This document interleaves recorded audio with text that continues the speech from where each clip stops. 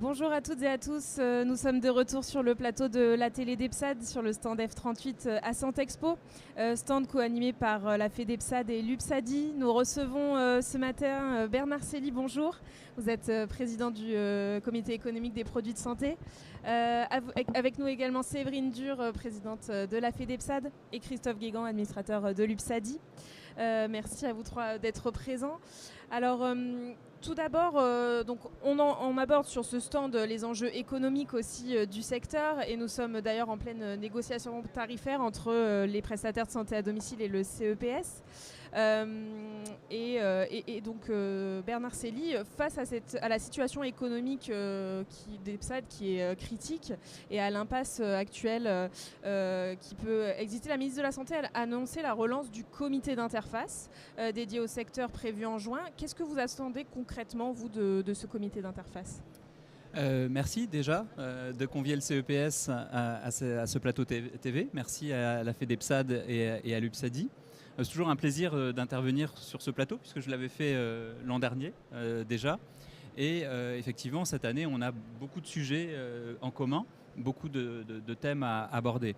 Alors, déjà, je le rappelle systématiquement, mais je crois que c'est utile de le dire, du point de vue des pouvoirs publics. On sait à quel point les prestataires, les PSDM, comme on dit dans les textes, les prestataires de santé à domicile sont importants pour le système en général, le secteur en général, de manière à apporter aux patients, et souvent des patients très vulnérables d'ailleurs, les dispositifs médicaux. Ce sont des acteurs qui vont sur l'ensemble du territoire et donc qui sont importants pour assurer la continuité des soins. Donc c'est quelque chose de très important et il faut effectivement qu'on puisse tarifer ces prestations à leur bonne hauteur. Alors pour autant, vous l'avez dit, en ce moment la situation est compliquée parce que ce sont des entreprises qui subissent des hausses de coûts. Et par ailleurs, effectivement, un des principaux financeurs, c'est l'État, par le biais de l'assurance maladie. Et donc, c'est le CEPS, le comité économique des produits de santé, qui fixe le tarif des prestations. Et nous-mêmes, collectivement, dans la sphère publique, on est soumis à une pression très forte liée à la dégradation des comptes publics, qui fait qu'on est contraint d'aller chercher des économies partout où on peut. Et donc, du coup, cette double contrainte fait que la situation est probablement plus complexe qu'elle ne l'a été les autres années. Mais pour autant, on se parle beaucoup, on discute beaucoup ensemble, on négocie beaucoup ensemble. Et je crois que par le dialogue, on arrive à trouver des solutions. En tout cas, c'est ce qu'on a toujours fait. Et moi-même, je m'y engage à toujours répondre favorablement à la discussion et à la recherche d'idées. Et à la limite, même, je dirais que plus la situation est compliquée, plus la situation est tendue, plus ça nous oblige à aller chercher des idées innovantes, courageuses parfois, et à travailler pour aboutir à des solutions qui soient acceptables, parce que c'est important de le signaler. In fine, on cherche des solutions conventionnelles, c'est-à-dire qu'on ne cherche pas à imposer un tarif à qui que ce soit, on cherche à trouver un accord qui satisfasse les deux parties, c'est-à-dire l'État dans son rôle de payeur et évidemment les entreprises pour qu'elles puissent mener à bien leur activité. Alors vous l'avez dit, et je vous en remercie, la ministre a annoncé un comité d'interface, une reprise en réalité de ce comité d'interface pour la fin juin. Je crois que la date a même été fixée au 29 juin. Donc c'est bien, c'est une étape importante. C'était une demande très forte des prestataires. C'est une demande très forte aussi de l'administration, d'avoir ce lieu d'échange sous la présidence de la ministre ou de son cabinet, de manière à, d'une part, bien identifier les sujets qui sont en cours, assurer un suivi dans le temps de ces sujets et évidemment, in fine, trouver des solutions pour les différents problèmes qui sont en suspens. Alors, le comité d'interface, il va se réunir. On va pouvoir préparer un certain nombre de dossiers. Il y a les sujets effectivement de tarification qui sont importants, mais le comité il est d'autant plus important que dans une des réponses intersyndicales qui avait été faite au comité économique des produits de santé sur la recherche d'économies dans le secteur, certains sujets dépendaient du CEPS, mais d'autres pas. Donc le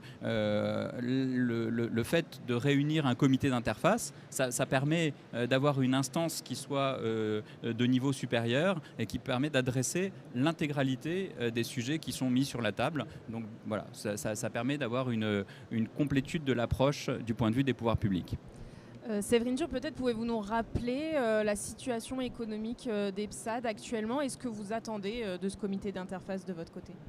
Alors, on en a déjà parlé sur ce plateau. La situation économique d'EPSAD, effectivement, est extrêmement compliquée aujourd'hui, à travers, évidemment, la hausse du coût des carburants, puisque nous réalisons 600 millions de kilomètres chaque année pour pousser la porte des patients qui nous sont confiés. Donc ça, c'est vraiment quelque chose qui pèse fortement à très court terme sur nos entreprises. Et puis à plus long terme, l'inflation généralisée que l'on subit pèse également sur les entreprises et sur leur capacité à continuer à innover et à investir dans une logique de visibilité long terme pour vraiment rendre possible ce virage domiciliaire qui est appelé des vœux du gouvernement, bien évidemment. Donc on est dans cette tension qui est importante, même si, en tant que citoyen, on a conscience de l'effort que nous devons tous collectivement mener face à la situation aujourd'hui de tension sur le système de santé.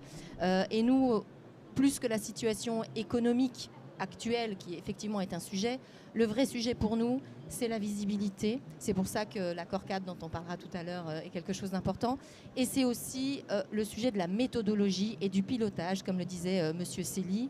On est effectivement dans un secteur où on est dans un angle mort, entre guillemets, entre les différents services de l'administration. Ce comité d'interface va nous aider à être entendus et à poser sur la table les différents sujets, que ce soit de la tarification, de la régulation, de la nomenclature et des possibles économies potentielles, parce qu'on vient avec des contributions en termes de solutions et on souhaite qu'elles puissent être examinées. Donc ce comité est très important pour nous. Et puis, ce qui va être très important aussi, c'est le cadre méthodologique qui va porter demain à la fois nos nomenclatures et les révisions tarifaires, puisqu'on est sous le coup effectivement d'une réglementation autour de la dissociation tarifaire, qui est une réforme structurante qui a été lancée sans en avoir défini au préalable les règles du jeu. Donc ce qu'on va attendre de ce comité et du CEPS, c'est de bien définir ces règles du jeu, notamment sur les critères d'évaluation des prestations associées aux dispositifs médicaux, parce qu'un dispositif médical sans accompagnement ne produit aucun effet thérapeutique. Christophe Guégan, peut-être pour compléter, est-ce que ce comité d'interface il va permettre selon vous de lever les blocages actuels? On l'espère. On l'espère. On appelle cet échange de nos vœux depuis de nombreuses années. Je pense que les conditions sont réunies. Je crois que vous évoquiez la conjoncture qui nous oblige, en fait. Et finalement, d'un problème, on va faire une opportunité. Et vraiment, on appelle de nos vœux que ce comité apporte des solutions qui soient co-construites. On a l'ambition de faire notre effort, de prendre notre part dans la contribution qui est évoquée. Par contre, véritablement, il faut qu'on soit entendu. On parle du virage domiciliaire, on accompagne le virage domiciliaire et finalement, parfois, on a l'impression d'être coupable de développer les coûts qui sont associés à ce virage domiciliaire. Et ça, c'est vraiment vécu par nous, parfois comme une forme de contradiction. Et voilà, et donc on attend d'avoir votre écoute et on est prêt à travailler ensemble parce que voilà, on a une responsabilité, on est responsable, on a l'ambition de faire progresser cette dimension du soin qui est véritablement critique et dont, à mon avis, on n'a pas encore vu complètement toute l'ampleur. Oui, peut-être en rebondissant sur ce que vous indiquez, effectivement, vous avez raison, la situation globale des comptes publics fait que on doit apporter une réponse commune et on est tous mobilisés pour ça. Je voudrais quand même préciser qu'effectivement, il n'y a pas de stigmatisation d'un acteur plutôt qu'un autre et cette pression sur la recherche d'économie, on la met malheureusement sur tous les acteurs. Que ce soit des prestataires, les industriels, dans le DM ou dans le médicament. Et au-delà, évidemment, je parle de la sphère du CEPS, des produits de santé, mais au-delà, effectivement, cette recherche d'économie est vraiment très forte parce que la situation l'oblige malheureusement. Alors, Séverine Dur a commencé à nous en parler tout à l'heure. Est-ce que ce comité d'interface il va faciliter, selon vous, la définition d'un accord cadre? L'an dernier, sur ce plateau, vous l'appeliez de vos vœux et aujourd'hui n'a pas encore abouti. Est-ce que justement ce comité d'interface va accélérer les choses?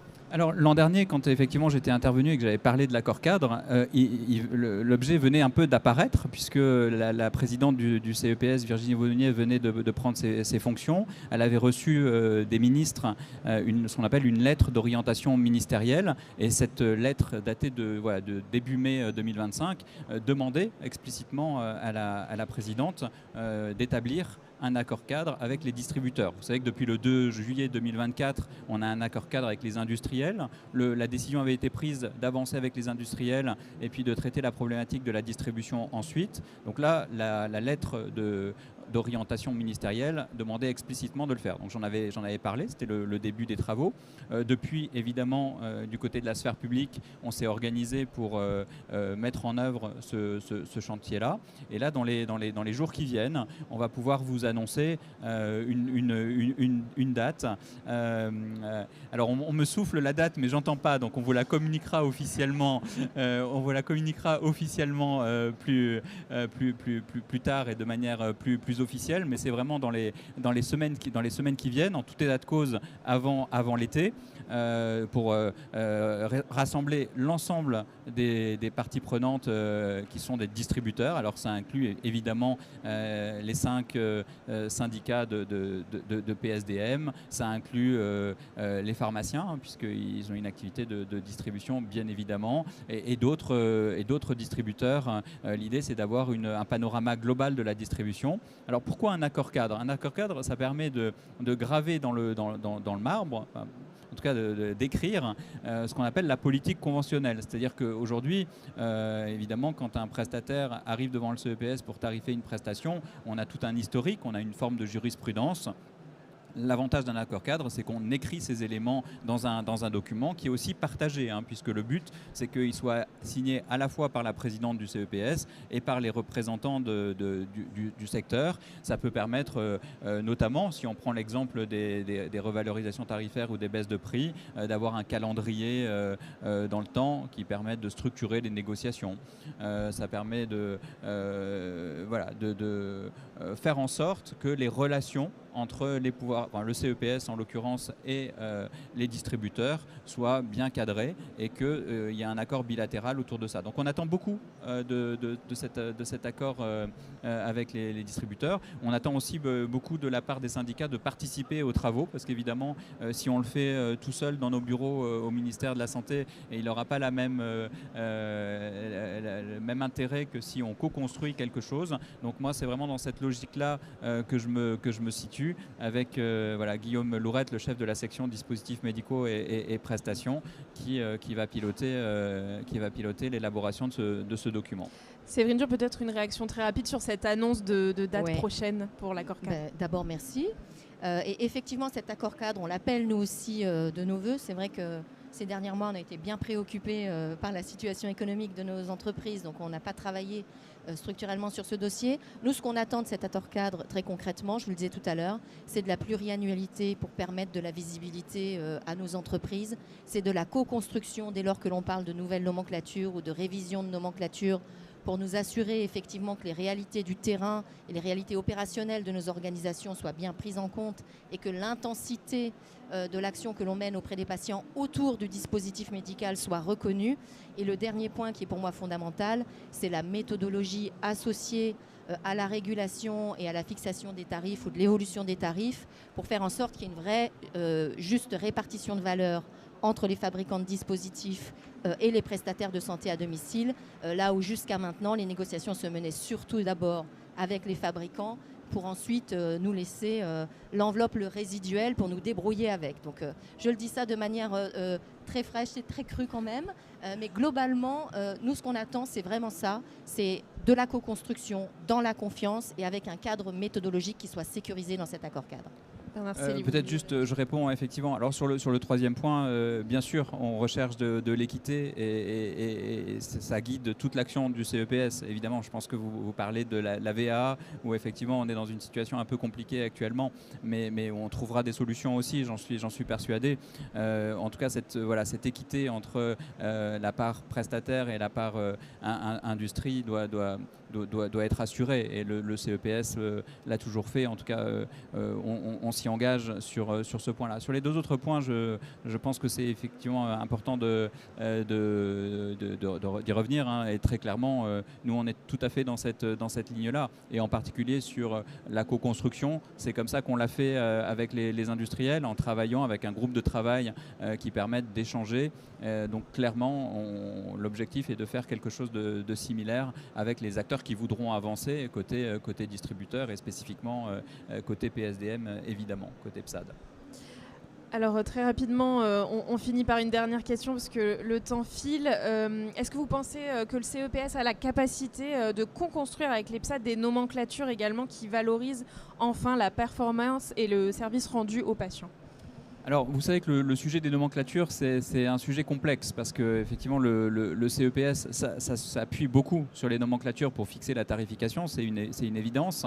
Mais les nomenclatures ne sont pas à la main du CEPS, hein, c'est à la main des ministres qui en fait fixent les nomenclatures via des textes, des arrêtés. Et donc, les travaux sont menés par les directions compétentes, souvent la Direction générale de la santé et la Direction de la sécurité sociale. Évidemment, ce type de textes qui régissent une profession doivent être élaborés de manière constructive, et donc il faut pouvoir se parler. En tout cas, nous au CEPS, on considère que c'est évidemment très important, et ce sujet de méthodologie qui sera porté, je crois, lors du comité d'interface, est évidemment un sujet d'importance. En tout cas, nous, évidemment, au CEPS, on fonde toute notre action sur la discussion, la négociation pour aboutir à quelque chose de conventionnel. Donc, on pense que c'est comme ça qu'on peut parvenir à des équilibres importants et intéressants. Et d'ailleurs, je rebondis sur la pluriannualité que vous mentionniez tout à l'heure. Là aussi, hein, évidemment, c'est un élément qui pourra faire l'objet de l'accord cadre distributeur, mais c'est quelque chose sur lequel moi-même je me bats au sein du comité régulièrement, et on a eu des avancées là-dessus. Hein. Quand on regarde la baisse de la PPC sur 2025 et 2026, c'était bien une baisse pluriannuelle qui permet aux acteurs d'avoir de la lisibilité sur l'évolution des tarifs. Alors là, on a pu le faire sur 2 ans. Quand on peut le faire sur 3 ans, on le fait. Au-delà de 3 ans, c'est un peu compliqué. On arrive... Je pense que c'est peut-être un peu excessif, mais 2 ans étant le minimum. Mais en tout cas, 2 ans ou 3 ans, quand on peut le faire, on le fait. Et c'est vrai que depuis 3 ans, le comité a toujours poussé vers cette pluriannualité. Christophe Guégan, peut-être pour terminer, pourquoi c'est important de valoriser justement la performance et le service rendu aux patients au-delà du produit de santé lui-même ? J'ai envie de dire c'est totalement essentiel. Et d'ailleurs, c'est inscrit dans nos gènes. Nous sommes des prestataires de services. Et effectivement, sans le service, sans la qualité du service, sans l'engagement des milliers de personnes de nos sociétés qui sont ces prestataires, le produit n'est rien. Et on peut avoir tendance, dans une logique de commencer à parler avec les uns, puis de parler avec les autres, effectivement, de se retrouver, nous, avec la portion congrue de la part qui reste à distribuer. Et c'est vrai qu'on est parfois peut-être un peu virulent, un peu polémique même aussi sur le sujet, parce qu'on défend ces métiers de prestation qui sont vraiment essentiels. On est présent sur tous les territoires. On va parfois, au détriment de nos équations économiques, très loin de nos bases pour aller s'occuper de patients.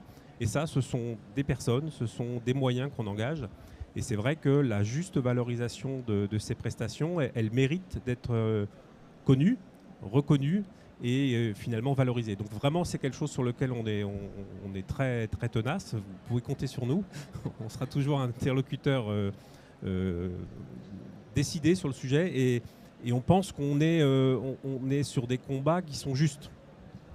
Bernard Sély, on s'en réjouit d'avoir face à nous des acteurs qui portent des positions. On attend aussi des acteurs qui apportent des chiffres pour étayer les positions. Je crois que c'est important dans la régulation économique qu'on met en place et qu'on veut mettre en place. Alors je sais que vous le faites, mais c'est quelque chose qu'on souhaite vraiment systématiser. Et l'importance des PSAD, on la connaît bien, parce que sur les 12 milliards que rembourse le CEPS côté dispositifs médicaux et prestations, mais la prestation représente voilà, de l'ordre de 4,5 milliards.